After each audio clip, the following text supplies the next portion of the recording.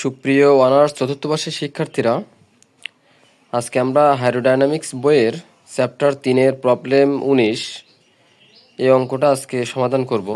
তো প্রবলেম 19 দেওয়া আছে যে স্রোত বিভব ফাংশন ফাই সমান XYZ হয়, তাহলে দেখাও যে বেগ বিভব ফাংশন ফাই সমান half a square x square minus y square minus 2Z square, যেটা ল্যাপ্লাস সমীকরণকে সিদ্ধ করে। তাহলে প্রথমে আমরা বেগ বিভব ফাংশন এটা দেখাবো এবং এটা ল্যাপ্লাস সমীকরণ সিদ্ধ করে কিনা এটা দেখাবো।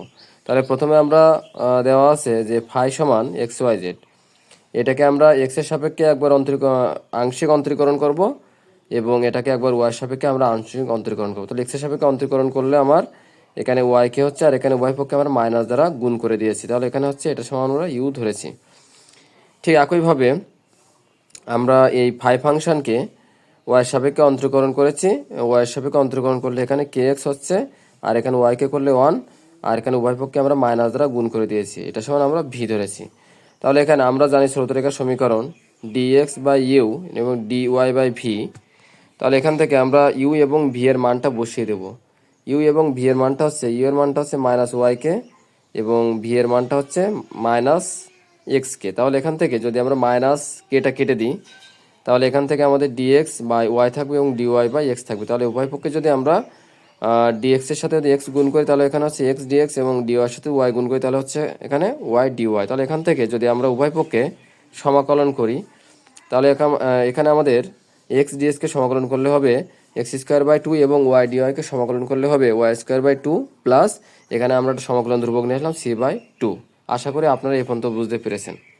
তাহলে এবার দেখেন, তাহলে এবার এর সমীকরণটা হচ্ছে, স্রোতরেখার সমীকরণটা হচ্ছে যে এখানে x square minus y square equal to উভয় পক্ষে 2 দ্বারা গুণ করে আমাদের যে সমীকরণটা পাওয়া যাবে সেই সমীকরণটা হচ্ছে x square minus y square equal to C, ইয়াই স্রোতরেখার সমীকরণ। তো আমরা জানি যে এটা ল্যাপ্লাস সমীকরণ সিদ্ধ করে কিনা এটা আমরা এখন দেখাবো।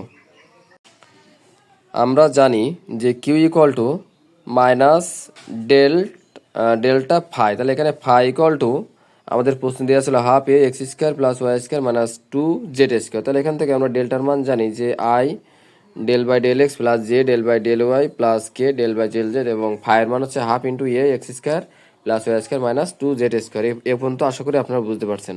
তারপরে দেখেন যে এখানে মাইনাস হাফ এ এটা আমরা রেখে দিলাম, আর এটাকে যদি আমরা এটা রেখে দিলাম, যদি এটাকে এক্স এর সাপেক্ষে অন্তরীকরণ করি তাহলে এখানে হবে 2x, এবং এটাকে যদি আর বাকিগুলো 0 হয়ে যাবে, ওগুলো আমরা লিখছি না। আর এইটাকে যদি আমরা ওয়াই সাপেক্ষে অন্তরীকরণ করি তাহলে এখানে হবে 2y, এবং এইটাকে যদি জেটের সাপেক্ষে অন্তরীকরণ করি তাহলে এখানে 4z হবে। ঠিক আছে, আর বাকি পদগুলো আমাদের শূন্য হয়ে যাবে, কারণ আমাদের এক্স এর সাপেক্ষে অন্তরীকরণ করলে ওয়াই এবং জেটের পদগুলো শূন্য হয়ে যায়, এবং ওয়াই সাপেক্ষে অন্তরীকরণ করলে এক্স এর এবং জেটের পদগুলো শূন্য হয়ে যায়, এবং জেটের সাপেক্ষে অন্তরীকরণ করলে এক্স এবং ওয়াইয়ের মানগুলো শূন্য হয়ে যায়। তাহলে এখানে এটা রেখে দিলাম, আর এখান থেকে 2 কমন নিয়ে এই 2 আর এই 2 কাটা যাবে, তাহলে এখানে থাকবে a into x plus y minus 2z। তাহলে delta dot q equal to minus del square phi minus del square phi. তাহলে এখান থেকে দেখেন যে ডেল স্কোয়ার ফাই, তাহলে এখানে ডেল্টা রেখে দিলাম, আমরা এখান থেকে একটা ডেল্টা বের করে নিয়ে আসলাম। আমরা জানি ডেল্টা সমান i del by del x plus del by del j del by del y plus k del by del z, এবং এখানে ফাইয়ের মান হচ্ছে half into a x square plus y square minus 2Z square. এখন এ পাশে আমরা minus del square ফাইটা রেখে দিলাম, এখানে মাইনাস রেখে দিলাম, আর এখানে আমাদের ডেল্টার মান হচ্ছে i del by del x plus j del by del y plus k del by del z. এখান থেকে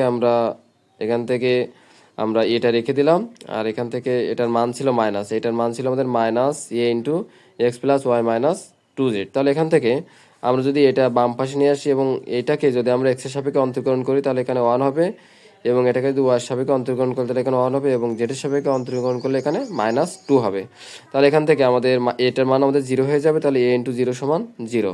তাহলে এখানে আমরা বলতে পারি যে del square phi equal to 0, সুতরাং এটি ল্যাপ্লাস সমীকরণকে সিদ্ধ করে, অর্থাৎ del square phi equal to যদি 0 হয় তাহলে সেই সমীকরণটি অবশ্যই ল্যাপ্লাস সমীকরণকে সিদ্ধ করে। তাহলে আশা করি আপনারা অঙ্কটি ভালোভাবে বুঝতে পেরেছেন। ধন্যবাদ, সবাই ভালো থাকবেন।